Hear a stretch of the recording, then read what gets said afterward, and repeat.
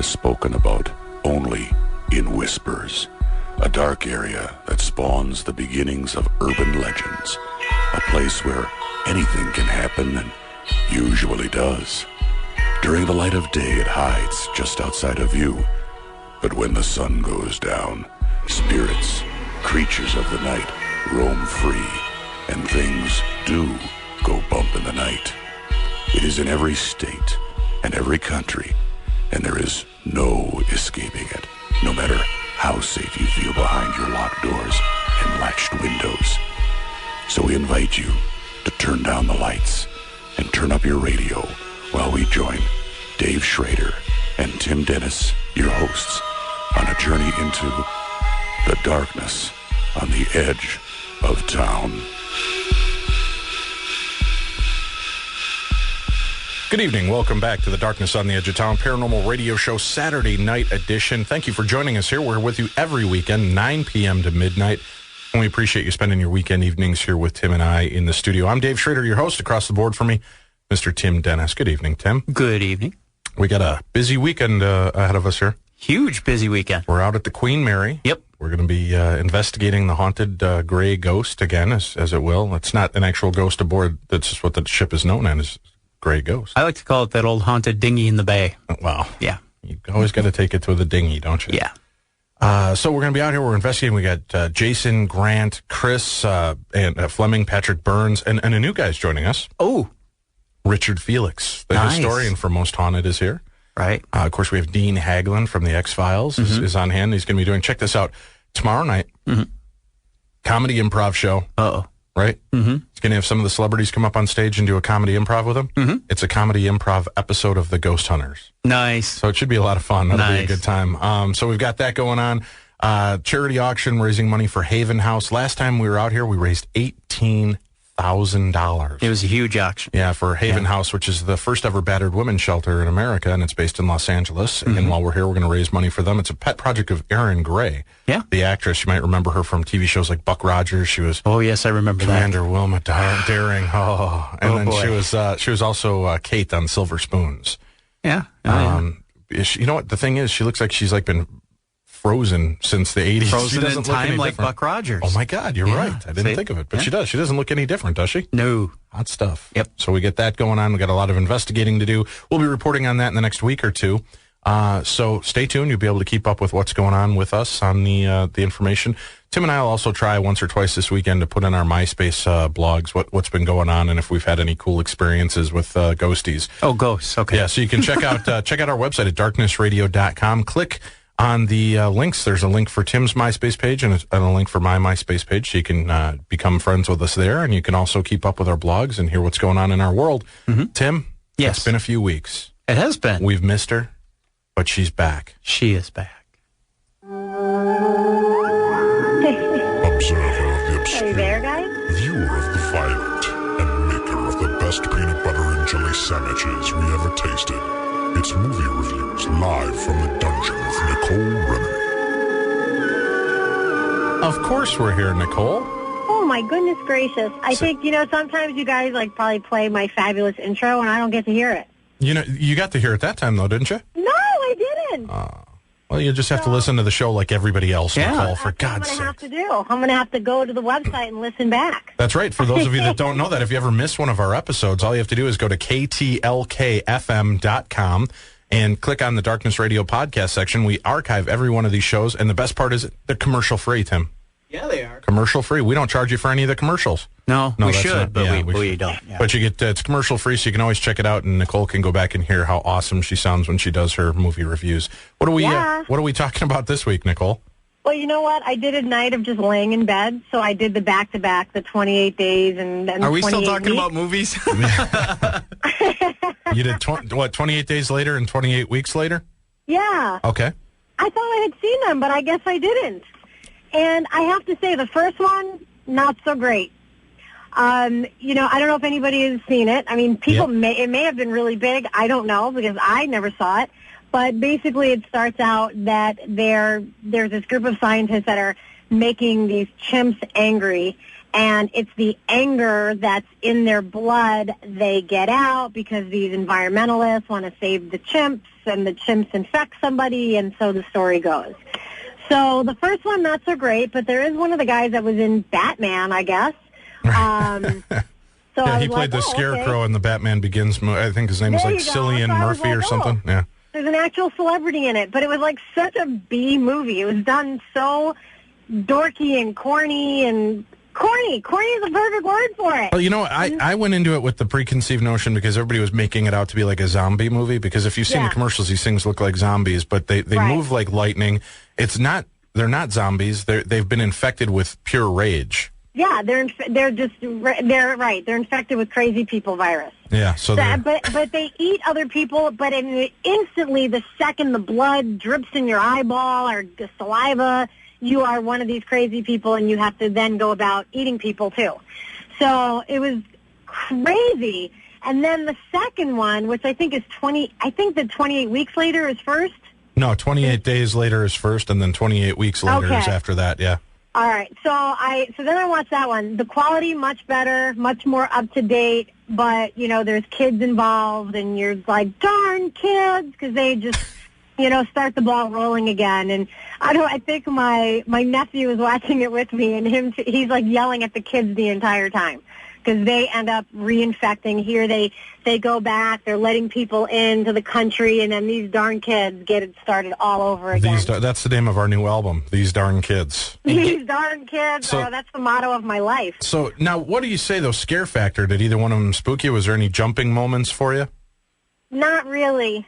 I think because you expect it, and like I said, the quality in the first one is so bad. It's so B-movie. The second one, I enjoyed a little bit more.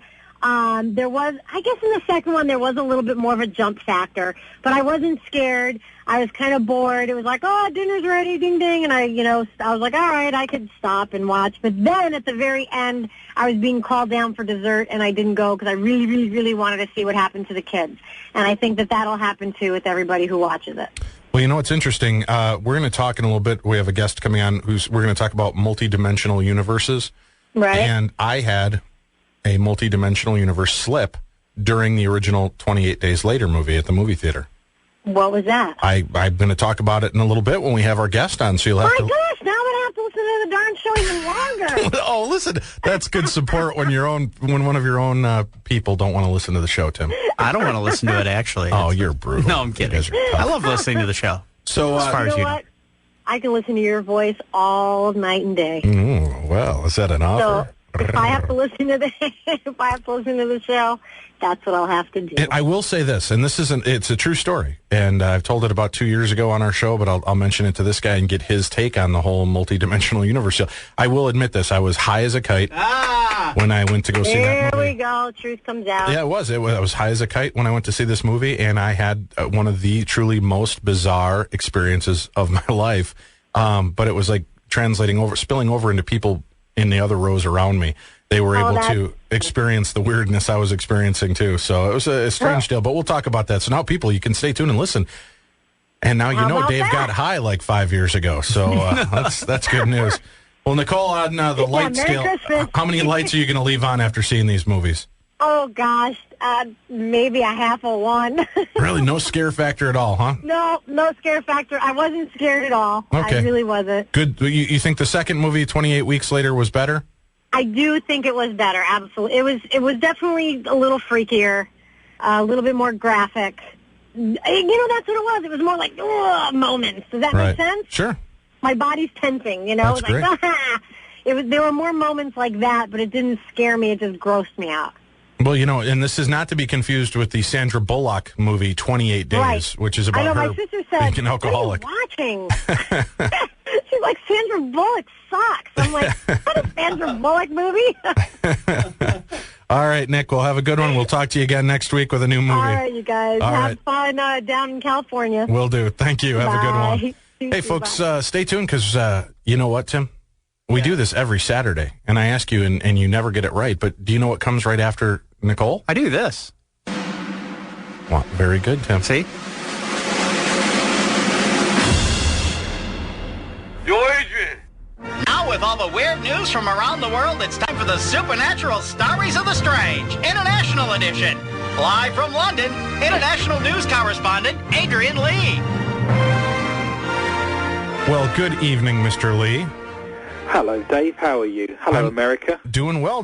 Thanks for, again, waking up out of a deep sleep to share the strange and weird paranormal news of the week from around the world. What do you got going for us this week? Well, I want to start, actually. Is it feeling quite Christmassy over there at the moment? It is. You know, we just started getting a little bit of snow. It's brutally cold out here in Minnesota. So if you're anywhere else in the United States or in the world listening, you can laugh at us because it's like 16 degrees. Well, you can laugh at us as well this week, because on Thursday I was just going to mention that there was a Winter Wonderland theme park in Britain that got closed down on Thursday because the people that visited were so disappointed with it, and it was such a poor attraction that a fight broke out, believe it or not. And there were scenes of the people that were visiting the theme park actually attacking Santa Claus and all the elves, with a full-pitch battle taking place. I mean, how much would that psychologically affect a child? You know, you're standing there on your own, watching as your dad lays into Santa Claus and all his elf helpers in a kind of barroom brawl. That would be, would you call that a barroom Blitzen?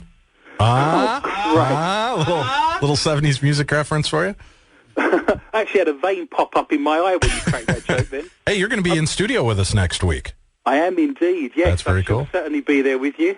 Sitting in enjoying studio. The cold weather. You'll just be happy that you don't have to wake up at 4 or 5 in the morning in England and have to do the show with us, aren't you?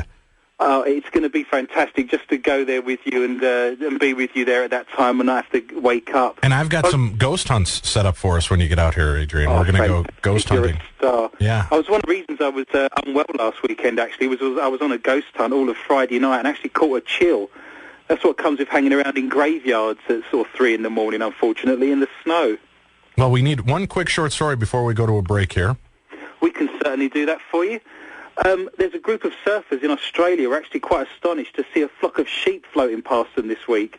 About 200 sheep were swept away by rising floodwaters in Bremley near Melbourne, and the sheep were swept out as far as 2 kilometres, which is about 4 miles, I guess.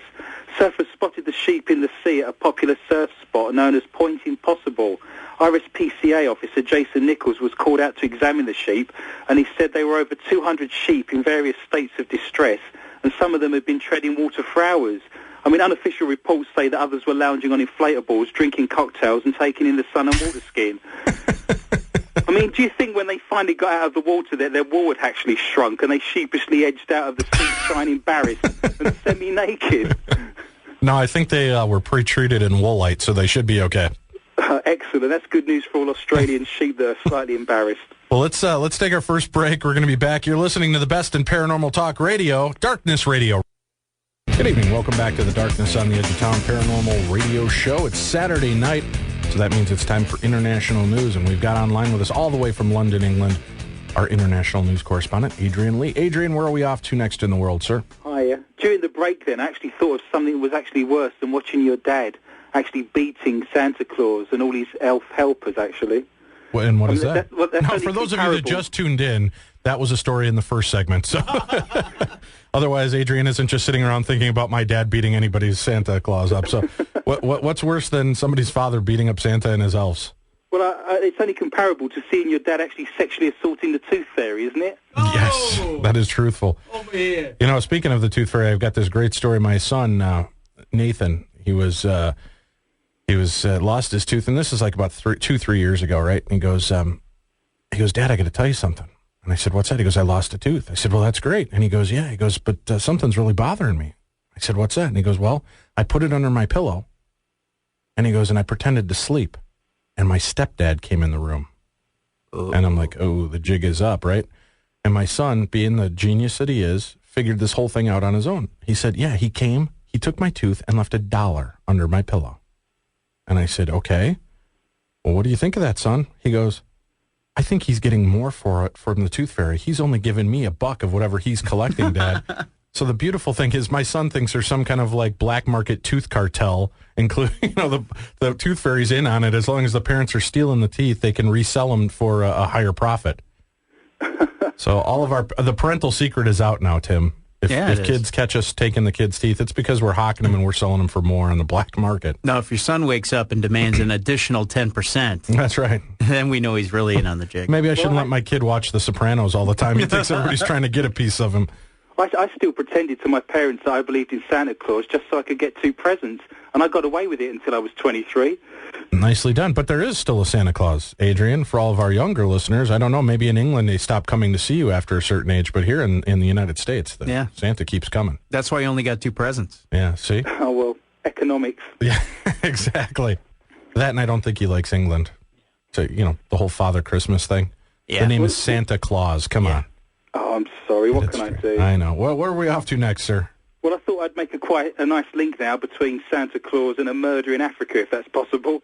Hell, I'm willing to listen if you're willing to tell the story. I'll give it a go. 2 Namibian men have actually confessed to a murder this week, claiming their victim has been haunting them since they actually killed him in 1997.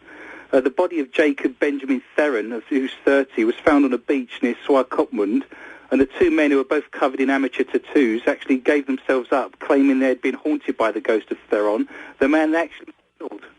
I mean, I'm not sure why it was important to report that they had amateur tattoos. Perhaps in their guilt-ridden angst, they'd scrawled across their faces in each other's handwriting, it wasn't me and I didn't do it. That could be.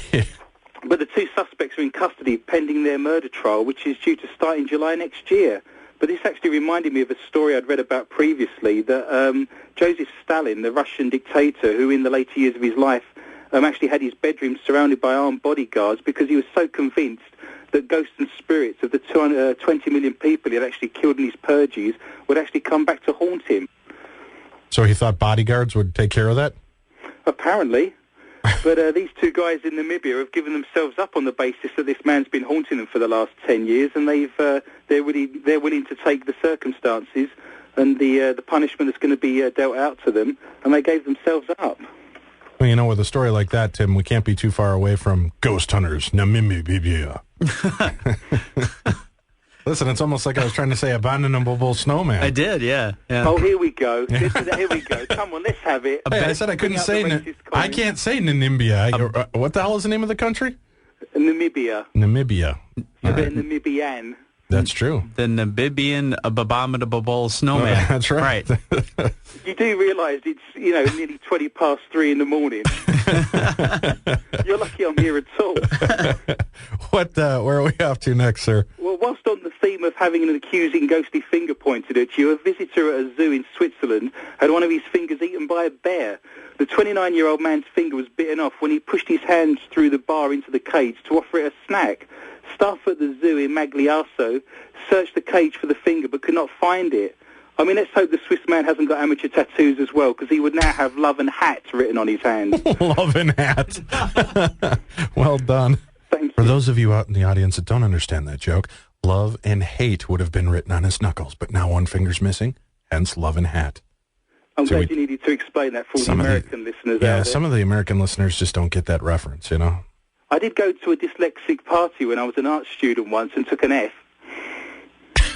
Took a what? An F. Oh, jeez. You guys need help. Where are we off I saw to? a man injecting a heron. A heron? Nice. Let's move swiftly on, shall we? Yes. Retrieved the finger, but he's actually lost it. They think the bear's probably swallowed it, unfortunately. Well, that would be my guess. I mean, when I was a child, I swallowed a dice during a board game, and we had to wait a day to find out that I'd actually rolled a 6. Oh, no. Jeez, that's horrible. I got another go. No, thank you. All right, go ahead. He's like the British Rodney Dangerfield. He just keeps rolling. Who on earth is Rodney Dangerfield? Oh, my God. I get no respect. No respect, I tell you. He's like Benny Hill, only funny. Yeah. Oh, God almighty. Oh, I've seen Friends. I know what's funny and what isn't. Well, obviously not. You watched Friends. Where are we off to next in the world, sir? Well, moving seamlessly from eating one's finger to the whole body now in the north of England this week, a radio DJ was left shocked when a caller told him that she had once eaten a human being. Graham Mack had asked listeners of the breakfast show on Teesside base station TFM to name the strangest thing they had ever eaten. One caller, known only as Anthea, answered, "I've eaten a human being." She explained it was when she was a child and she lived in Africa. She said, "We always went to the same butcher, and then suddenly, and we were there for a couple of years, the meat started to actually get so much better. It was only when we moved back to England a couple of years later that we found out the butcher had been arrested because he was actually farming little black girls. We didn't know at the time, but according to my mum, it tasted really delicious. The show producer, Matt Bailey, said it was one of the strangest calls we've ever taken, and Graham was quite taken aback, and we were actually in shock at what we was hearing at that point. I wonder, do you serve red wine or white wine with that kind of meal? Well, I've been told it tastes like pork, so I'm guessing you'd go with the red there, wouldn't you? I would guess so. It's the most unusual thing you've eaten, Dave, bearing in mind we're on the radio. That's the most unusual. It would have to be something at the State Fair. You know what? It was a deep-fried Twinkie. Because I'm a fan of Twinkies, and I tried one at the State Fair, and that was a weird combination. The grease and the sponge cake don't No, quite they mix. didn't. It wasn't a real winner in my book. How about you, Tim? What's the weirdest thing you've ever eaten?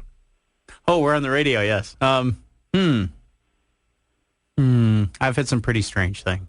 Yeah. I had to eat a camel once in North Africa. Really? And did Yeah, the camel enjoy it? But no, I'm kidding. Go ahead. I didn't ask what his name was. Oh, God.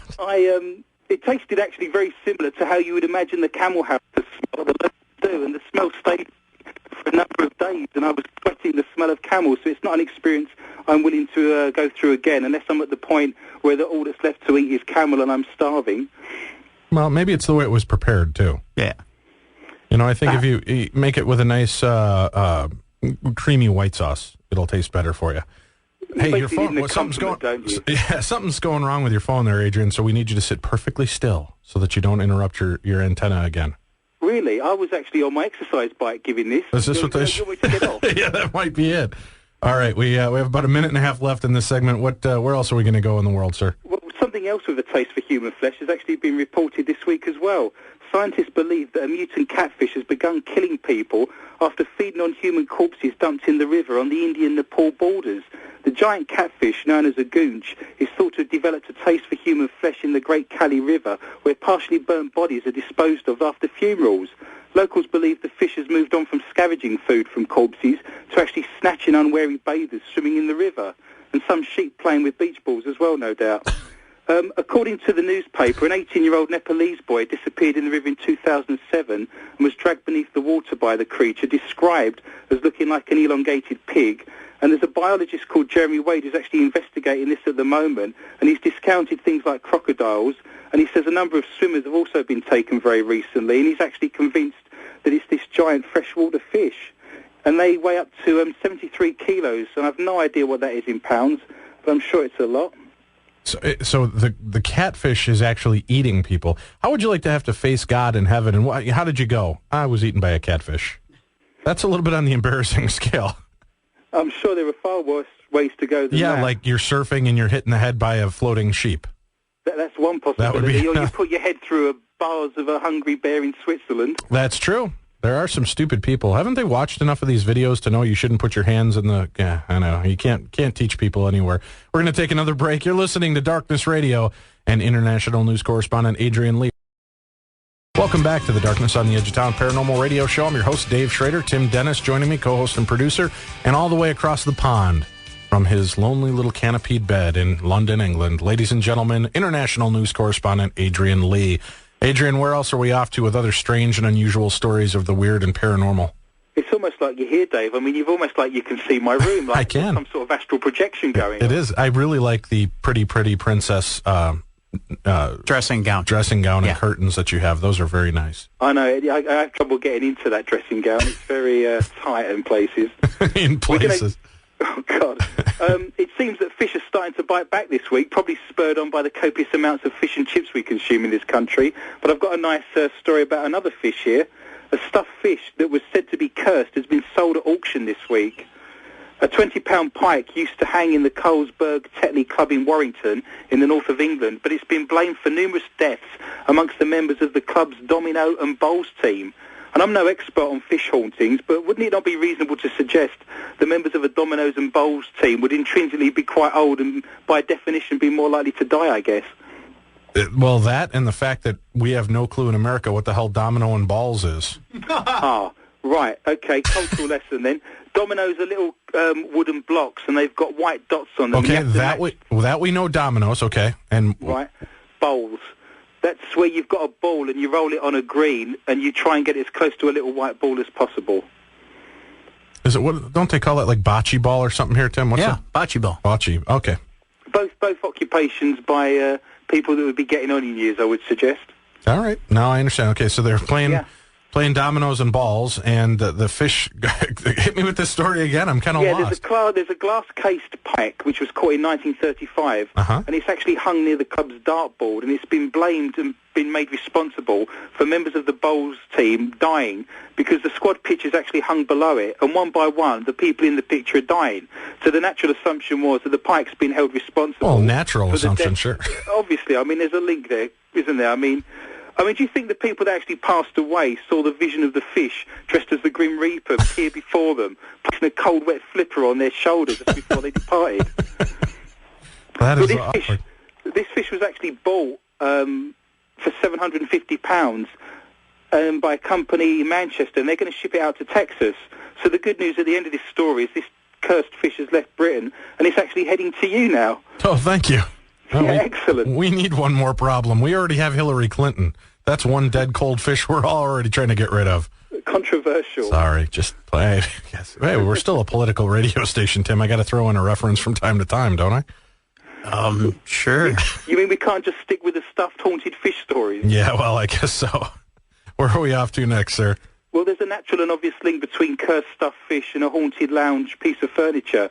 A Bristol family claimed their sofa was haunted this week. Receptionist Christine Strange of Bristol said her couch has started making weird noises that are getting louder and louder.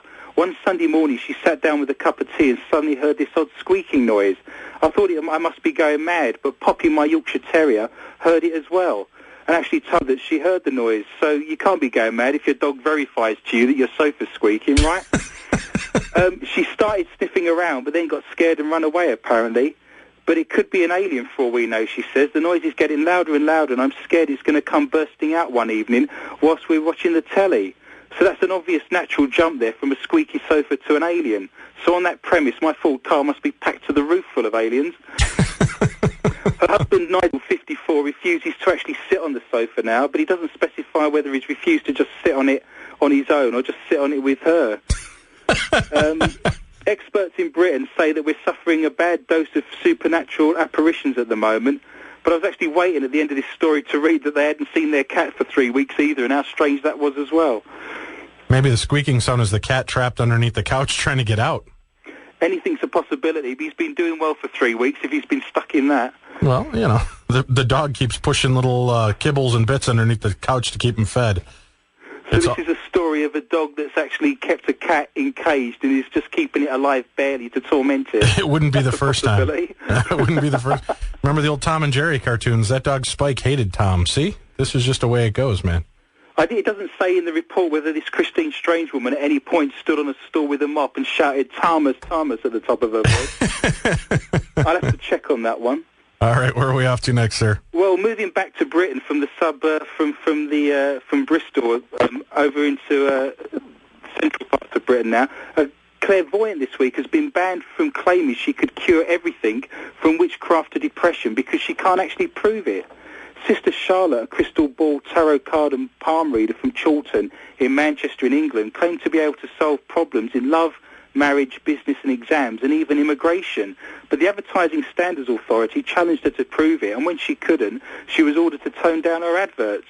The ruling followed that a single complaint from a man who found a leaflet promoting the psychic's 100% success rate, and Sister Charlotte, 33, said her techniques, which aim to remove negative energies and replace them with positive ones, can actually change lives.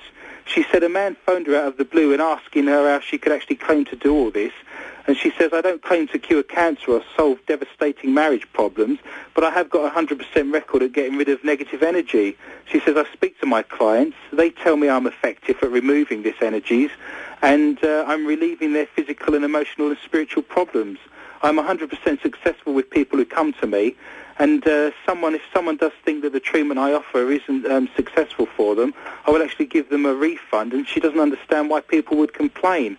I mean, the leaflet said, Sister Charlotte can do many great things for you. Remember, no matter how big you think your problems are, they are not impossible to solve. But the Advertising Standards Agency demanded evidence of her abilities. They said, we considered claims that marketers could successfully solve all problems, break curses and banish evil spirits, improve the health, wealth, love life, happiness, or other circumstances of readers should be avoided because they are likely to be impossible to prove. Sister Charlotte's claims are unsubstantiated and likely to mislead. And the Advertising Standards Agency says it has received 174 complaints alone this year, just purely over psychics and the things they offer to be able to do. Well, you know, that would lead me to believe then shouldn't psychologists and psychiatrists start being, held to different standards and practices because there's no real way to prove that they're helping people either? I'm not sure they would necessarily go out of their way to say they're 100% success rate, though, would they? Well, that's true.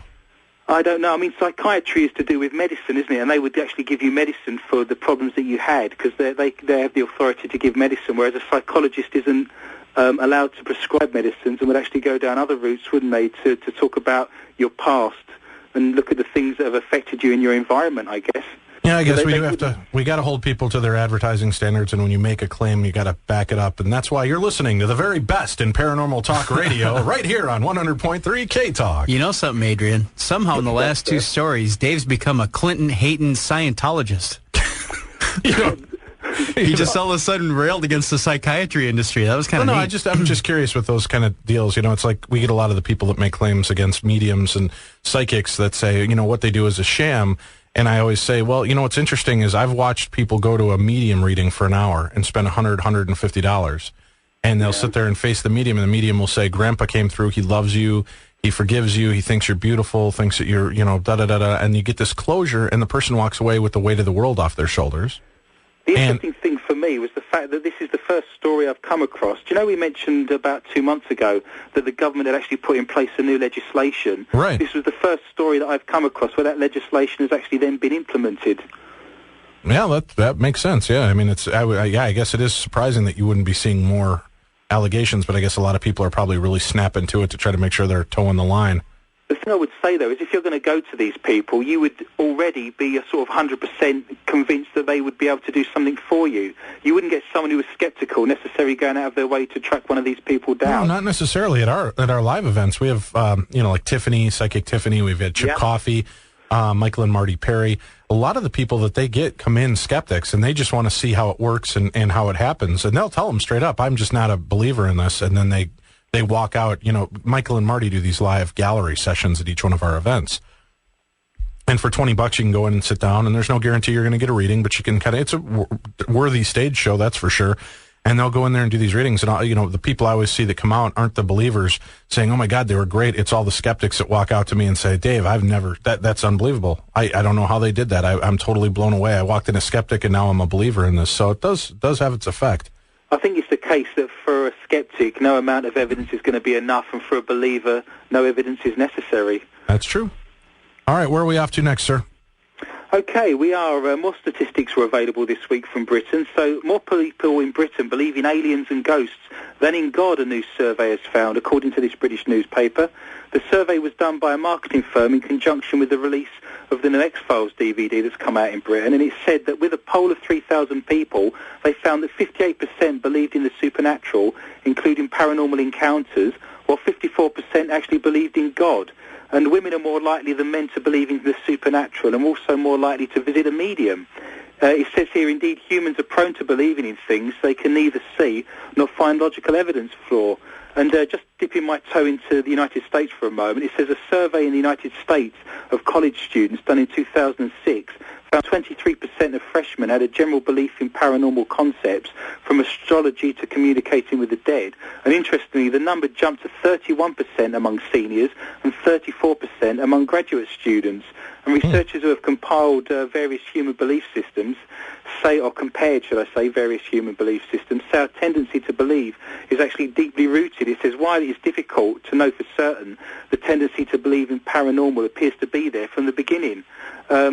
What changes is the context of the content of the paranormal. For example, few people believe in fairies and elves these days, but as belief in fairies has faded, and other beliefs, such as UFOs, have actually then taken their place. Yeah, so again, this goes back to the tooth fairy idea that, as a young age, you would perhaps believe in those things, and then as you get older, you swap or you change your beliefs into things that you think are perhaps have a bit more context to them, in fact. And we are seeing a big switch over in the United States, I know, with a lot of that. But let's take our final break of the hour here. You're listening to Darkness Radio on 100.3 K-Talk. Good evening. Welcome back to the Darkness on the Edge of Town Paranormal Radio Show. We're wrapping up our final segment here with international news correspondent of the Strange and Paranormal, Mr. Adrian Lee, live from London. Adrian, where are we off to next, sir? Well, I'd quite like to go exploring outside our solar system, actually. This was a story I came across actually this morning. So Saturday morning I was looking for this and found this. And it says that 300 graduate students have discovered a large planet orbiting a fast-rotating star. Extrasolar planets of discoveries have become quite common recently, but this one is quite unusual, both for who found it and what type of star it orbits. It is exciting not just to find a planet, but to find one as unusual as this, they say. It turns out to be one of the first planets discovered around a fast-rotating star, and it's also the hottest star found with a planet. And this was all mentioned by one of the planet's discoverers, and they're all students from Leiden University in the Netherlands. Now, I don't know about you, but when I was at university, I didn't do anything as fantastic as finding a planet. I mean, that's quite something, isn't it? I was lucky if I could find my way home after drinking at the bar. Exactly. I mean, well, why leave the bar? The planet, which is about 5 times as massive as Jupiter, circles its host star every 2.5 days, and it lies at only 3% of the Earth's sun distance from its star, making it very hot and much larger than many other planets. The host star is about 12,000 degrees Fahrenheit, and just to give you some comparison there, I did some research, and the sun is actually 10,000 degrees Fahrenheit. So the planet is officially tagged, so this is the name they've given it, and it's very catchy. It's OGLE2TRL9b. That doesn't run off the tongue as easily as Uranus or Neptune or Pluto. What? No. It was there. You're naughty. I'm wondering if we could have a competition to name the planet. We could have, like, Planet Dave or something. Ooh, I like the sound of that. Darkness Radio Planet. What do you think, Tim? Another big Darkness Radio Planet. Another big gassy ball. What do you think? It makes sense. Yeah.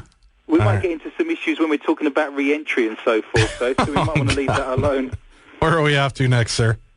Well, on the theme of photographs, because they're actually looking to photograph this planet at the moment, but I actually found a really nice photo this week, and I've actually put it on the website. So if people go to the Darkness Radio website, they'll actually see this photograph in the news section, and it's a photograph of a big cat. It says the photograph of a possible alien big cat was taken by Paul Dennis, who explains that he took the photograph in North Cornwall. He says, I'm a natural history photographer, and I'm a student with Falmouth University, and I was with 3 other students getting a panning shot for a short film we was making, and as I was setting my exposure on the still camera, I suddenly heard someone shout out, what the hell is that? It's a wild cat. And I focused on the cat and took a shot without really looking. He said, and once I took a shot, I looked up to see this dog-sized black cat sprint into a bush. And I think you can tell from the photograph, it's not a normal-sized cat. It actually looks like a panther, which obviously isn't a native animal of Britain. I mean, I don't know if you're aware of this, but there are lots of big cat sightings in this area of Britain. We're going to actually, for tomorrow night's show on Sunday, we're going to talk to cryptozoologist Lauren Coleman, and one of the topics we want to bring up is talking about this black cat sightings, these panthers that seem to be popping up all over the world. Yeah, this spotted here is one of the first photographs I've actually seen of this creature. It's actually called the Beast of Bodmin Moor, and it's been recorded for a number of years now, and the picture shows clearly a non-native big cat, and it says it actually dived into a bush and hid, unless it was after a sheep that was getting changed out of his swimming costume and was hiding behind a tree or something. But yeah, it's an interesting photograph. So if people go onto the website there, they will see that. And it's basically a panther running across the moors, and it's not a cat that's native to Britain. All right. Where are we off to next? Okay, we're back to Switzerland, to the Hungry Bears. This week, an exhibition opened solely dedicated to the theme of talking to the dead. A museum for the communication in the Swiss capital of Bern has opened this exhibition up, and it's called Goodbye Hello, Dialogue with the Beyond. And I think this is the first time in Europe you can actually see an exhibition with these kinds of objects and phenomena of ways of which you could talk to the dead and the history of talking to the dead. The collection traces what claims to be connections with the dead since the 1800s in Switzerland and elsewhere around Europe. It's got research by a Swiss author called Albert Hein, who's one of the first to study near-death experiences in 1870, and that's offered alongside more recent video testimony by a woman called Magdalena Bless. And Bless was in a car crash and described being immersed in a magnificent light before her life flashed before her in fast, colourful, retrospective lights with lots of feelings, lots of smells and lots of noises. But I think perhaps the most intriguing are people's attempts to record their interactions with the dead, and all this is in this museum at the moment. It says over 3 years in the 1980s, Manfred Boden's phone conversations in Germany were interrupted by odd voices that only he could hear, and which he would respond to, and they would actually give him questions and answers back. And he collected 3 tapes of phone calls, and various engineers he would actually tell this was going on to, and they checked the line and said there was nothing wrong with it. So there's a big archive there of conversations with people talking to the dead, and it says other recorded voices around them are also there. There's a Catholic priest called Leo Smith, and he had an engineering friend called Victor Batig, and they recorded the sounds on tapes and published books of their experiences. And one person actually came to Schmidt and said he was Van Gogh. I think you call him Van Gogh over there, the Dutch painter. So this is a fantastic exhibition. So if anyone fancies getting over to the Swiss capital in Bern, there's an exhibition solely dedicated to talking to the dead. Well, that's interesting. I'd like, if you could dig up some of those names and email them to us, maybe we can find a way to interview some of the people that are being featured in that museum and get some of their personal stories. I can certainly do that for you. There's a medium called Robert Rowlands, who's an experienced player in an orchestra. He plays instruments, and he also is a chess champion, and he actually had a chess game with a spirit. And this is all published, and all the moves are there. They explained that this was a research project he did in 2002, and he claims to have played chess with a spirit via this communication, which isn't dissimilar to me playing Trivial Pursuits with an Ovulus and a Frank's box a few months ago, if you remember. No, that's you true. You divided me over that, and now there's an exhibition on it. Wow, see? You were ahead of your time. Absolutely. You are a paranormal pioneer, sir. Well, you know, I like to think that I'm cutting edge with all this. Yes, you are. We've got about 2 minutes left in the show. What else can you tell us here, sir? Where are we going next? Well, keeping on the theme of photographs, residents in Saltcoats, which is off the coast of Scotland, are not actually alone at the moment. A man was captured, a photograph of what looks like a ghost on his camera on Monday night. David Kerr, who's 44, had been driving home from work at about 5:30 when he decided to stop at a Saltcoats shorefront to take a picture of the sun setting. However, he was shocked when he discovered a strange object in the picture. And what he's actually done here, he's taken an exposure, and it looks like there's a man walking across the beach, and it's a ghostly apparition. You can see the outline of the figure, and he's very see-through. And may I venture to say the word diaphanous as well? Well, you may. I won't know what it means, but feel free to use it. I will certainly do that. So he looks diaphanous, and he says, I don't believe in ghosts at all, but when I showed this photograph to my girlfriend, the hairs on the back of her neck stood up on end, and the more I look at it, the more I'm convinced. He says, I'm seeing a man standing, you know, on the beach looking out to sea. He says it's extraordinary. He says he doesn't want to jump to conclusions, so David took his digital camera to the local photography shop to get a second opinion, and they analysed the photograph, and they basically said they hadn't seen anything like it either. He said it's quite remarkable. He says, I'm not sure what to think of it, to be honest. He says it actually might look a bit like a mermaid, but I think that's a bit of a leap of faith there. I mean, going down that road, you could pretend it's a stuffed pike with a hood over its face carrying a scythe. But what I'll do is I'll put that particular photograph again on the website, and if people want to look at that, that would definitely be worth a look there. Yeah, go to darknessradio.com, click on the news desk, and you'll find information there for Adrian Stories.